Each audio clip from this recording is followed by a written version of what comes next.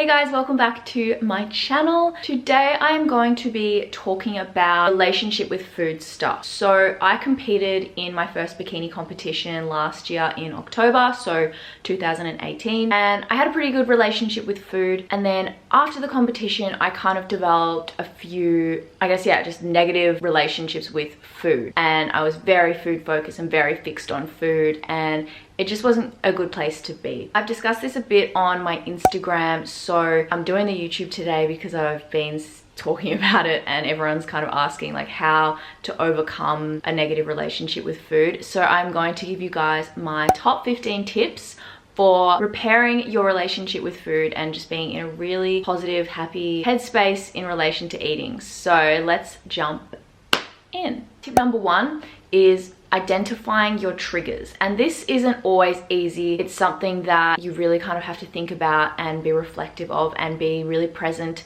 about when it is you're kind of resorting to wanting to eat certain foods and seek that comfort or validation, whatever it might be. I know personally for me, when I'm stressed or when I'm kind of directionless, I think is a really good word to describe it. That's when I try to kind of fill a bit of a void by eating food, because it feels like that's something that you can control. So I know when I have like a stressful business meeting, or I'm feeling like the direction of my business or my friendships or relationships are not so great, instead of kind of dealing with those thought processes, I'm very quick to be like, I just kind of feel like eating some chocolate.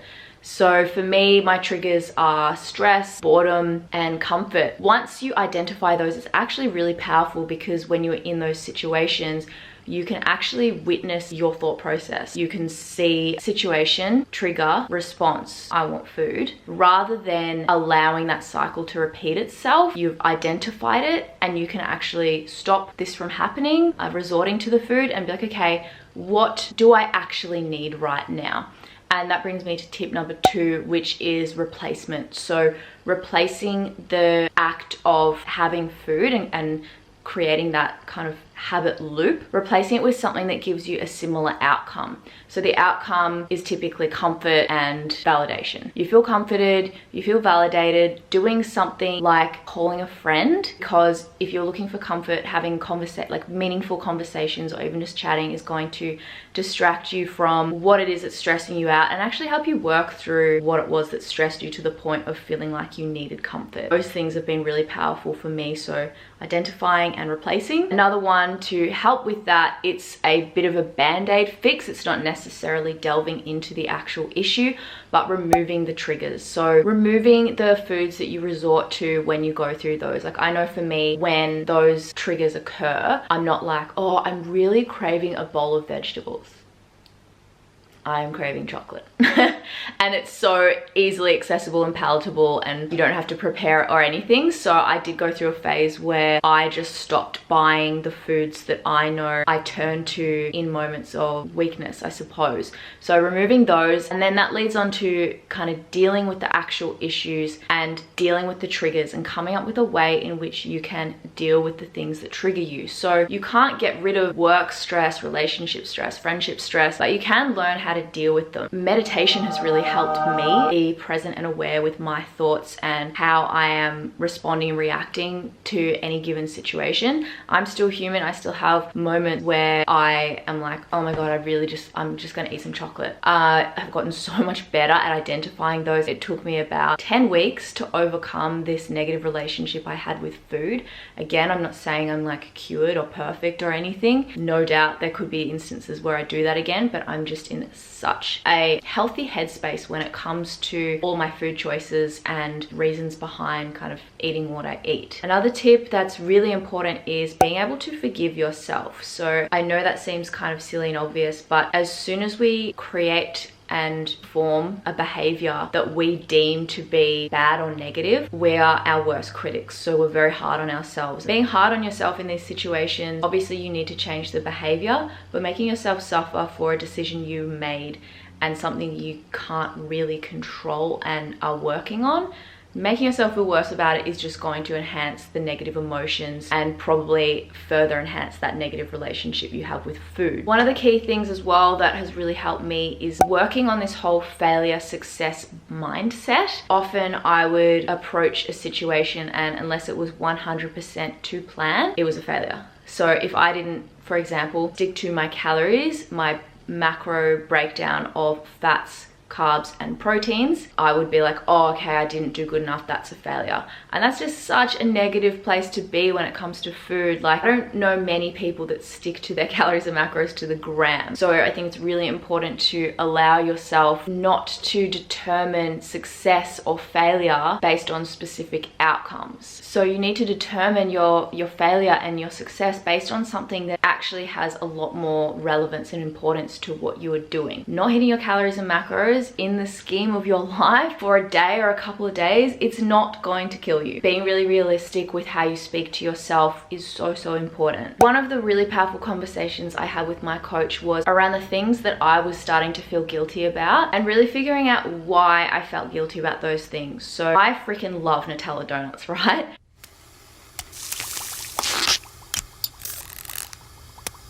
But every time I ate one, I'd feel really guilty. And it was a simple conversation with my coach where he just asked me, are you someone that likes Nutella donuts? And I was like, yes. And he's like, okay, that is fine. Like, you don't have to be 100% whole foods, always nailing that food, trying to like make myself feel bad for craving things that I deem good or bad. And once we kind of came to that realization, I was like totally able to forgive myself and not attach any guilt to any foods that I wanted to eat. This is one of my favorite ones. So including the foods, like your guilt foods, the foods that make you feel guilty, eating them not just when you're in that kind of negative habit loop. So not when you're in the trigger resulting in eating a food that comforts you. Eating those foods on your winning days too. So days where you've had an awesome day, don't reserve those foods to make you feel better. Have those foods as well when everything's going great. For example, I would only reach for chocolate when I was feeling down or when I was feeling stressed or anxious. I actually did a whole week where I ate chocolate every single day. I made it fit my calories, but I had it every single day and it took away the power of it. I stopped associating eating that food with negative emotions and it just became a part of my daily routine. And it also took away that scarcity mentality where you're like, oh, I can only eat this at certain times. No, if you love something, you can definitely eat that and include that in your calories and macros. You just need to make sure you are willing to kind of sacrifice other calories for it, because most of us crave foods that are higher in calories and lower in satiety and lower in micronutrients. Things like burgers, pizzas, quick foods, chips, etc. tend to be higher in calories. So you need to take out food from other parts of your day to allow that food in your day if you have like a certain caloric goal that you're trying to achieve that day. Changing your language, so the way you talk about things. I don't like labeling things good food, bad food, because food is just food. And what we need to think about is, how does that food make you feel? For me, 2 squares of chocolate,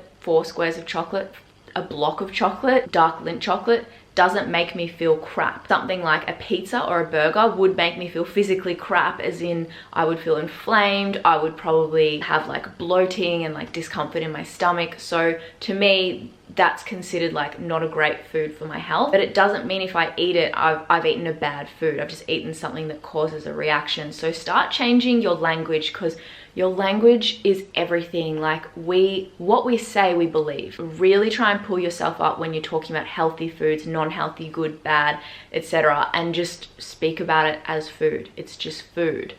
Change your language. This has to be my all-time favorite lesson that I have learned in this process, and probably one of the biggest things that has changed my relationship with food. And it's a simple one. With everything I do, I track calories, I track macros. That's what I do. I enjoy doing it because I like seeing the results I get from it. If you're not tracking calories or whatever, this doesn't relate to you. But if you are, say you're coaching with someone or you've figured out your calories and macros yourself, you have your total calories for the day to stick to, your protein goal, your fats and your carbs. Your goal is to hit all of those things 100%. What human hits anything 100% every single day? And then it comes back to that notion of success and failure. I had these calories and there were certain foods I wanted to fit in and I was unable to fit those in. And even if I went over or under my carbs or fat, I would be feeling like really guilty about that, really bad failure mentality. So my coach kind of empowered me to stick to only my calories and my protein goal. So protein is the most important macro to hit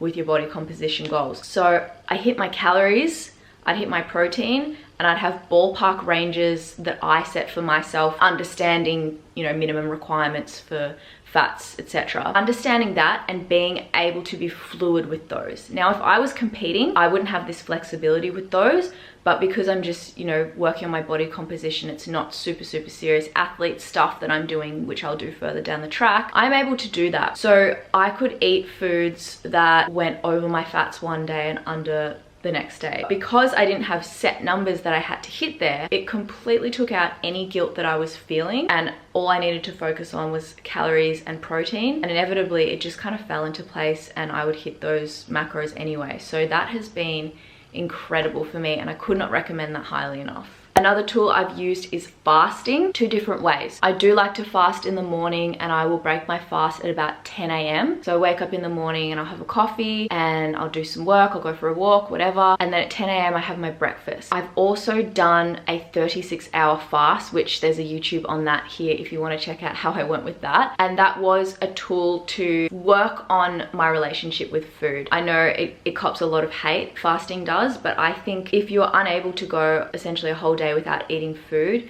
you probably have more of an issue with food than if you're going a whole day without it.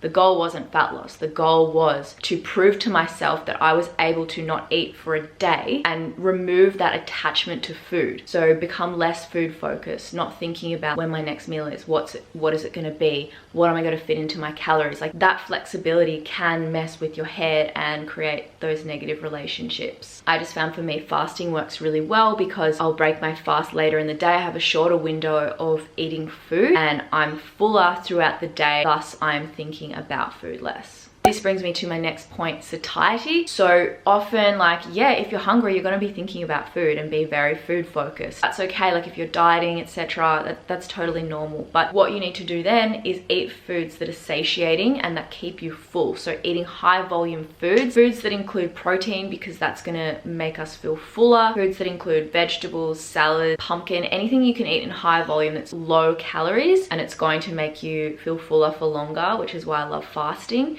Is going to be really good because if you're full, you're probably not going to be thinking about food. I love visualization. I use this for pretty much every aspect of my life, whether it's visualizing my house in 5 years' time, my business, being very specific with that visualization. I think visualizing yourself not having a bad relationship with food is a really effective way to overcome it too. Journaling, drawing, whatever it might be, write it down and picture who you want to be. Like, who is this you version 2.0 that has overcome this negative relationship with food? What does your life look like? What are you doing? How do you feel about your food? Anything that's going to paint a picture for you to work towards and have that goal in mind. Another thing that really helped me is more on the education side of things. So again, being someone that weighs their food and tracks calories and macros, I find it really interesting to know what I've actually just eaten and how that's impacted my day. When you're on lower calories and you crave higher caloric food, it takes quite a big chunk out of the food you can eat for the rest of the day. So often, like even when I was competing, this is so bad, but when I was competing, I would snack on things and I wouldn't track them and weigh them. It was that mentality of, I know this is going to put me over my calories and I don't want to sacrifice food from later to do it. I've recently changed that. If I get home and I'm like starving, there's something I really want to eat, or if I'm cooking and I'm wanting to eat, I'll weigh it first and then I'll make sure it fits my calories and macros. I remember once I was like driving home from the beach or something and I was just craving chocolate and I just picked up this bag of like chocolate covered fruit or something like that, and I was in the car on the way home just mindlessly eating, and I got home and I put it into my fitness pal and I was like, oh my god, that's like 600 calories. That was my dinner. Like, they were my calories for a whole meal. and I was like, I'm not full, I'm not satisfied, I just want to eat food. So it was really eye-opening to see just how many calories are in certain foods that you eat and what the comparison is between like a whole meal. Like that meal could have been baked potatoes, steaks, vegetables, rice, like so many different things I could have eaten and felt full from, yet I had this tiny bag of chocolate covered fruits. Like, what the hell? Such a waste of calories. So understanding that also empowers you to make better decisions and understand why you're eating high volume foods. Learning about like changing habits is quite a big thing. It's no easy feat, and something I prepared earlier, I am obsessed with this book, Atomic Habits. So no promo, just a book that I got on audiobooks. Loved it so much that I went and bought the book, and it's all about the tiny habits that create big changes. So making one tiny habit each day, like the 1%ers every day across a year, are going to add up to such a huge change in your life. It speaks about kind of like the psychology and human behavior behind habits, why we're unable to stick to habits, how to create new habits that actually are long lasting. And I think educating yourself around why we do things is really important to empower you to be able to make those changes. So I strongly recommend that book. Any podcasts relating to this subject, obviously my YouTube talking about it, just learning other people's experiences and knowing that you are not alone, I think is key. And finally, guys, seeking help. I think there is such a taboo around seeking help, seeing a psychologist, talking to someone, accepting that this is an issue. Like, you have disordered eating if you have a negative relationship with food. Disordered eating isn't just anorexia, bulimia, orthorexia, etc. It's any kind of negative relationship with food. I had it, and it took me honestly 10 weeks to overcome, which could be long, could be short, depending on who you're talking to. But I followed a process of every week with my coach having conversations about why I made certain choices, how it made me feel afterwards, who I wanted to be, having that identity shift with the visualization to the kind of person I wanted to be, learning what my triggers were, coming up with all these little strategies. It took that long for me to really realize what and why I was doing it. And I still have moments where like it crosses my mind, I'm like, oh my god, I just want to eat chocolate now. And it's really cool that I'm able to rein it in and be like, okay, but like, do you really? And like, think about my goals, I think about what it is I really want, and usually I'm hungry, bored, stressed, seeking comfort. That's just it. So it's going to be different for everyone, but I hope these tips have helped you guys, and you can actually start implementing some of these tips and helping yourself overcome your negative relationship with food. That is all from me today. If you guys enjoyed this video, make sure you give it a thumbs up and subscribe to my channel. I can't wait to see you guys next week. I'm out. Mwah. Ciao.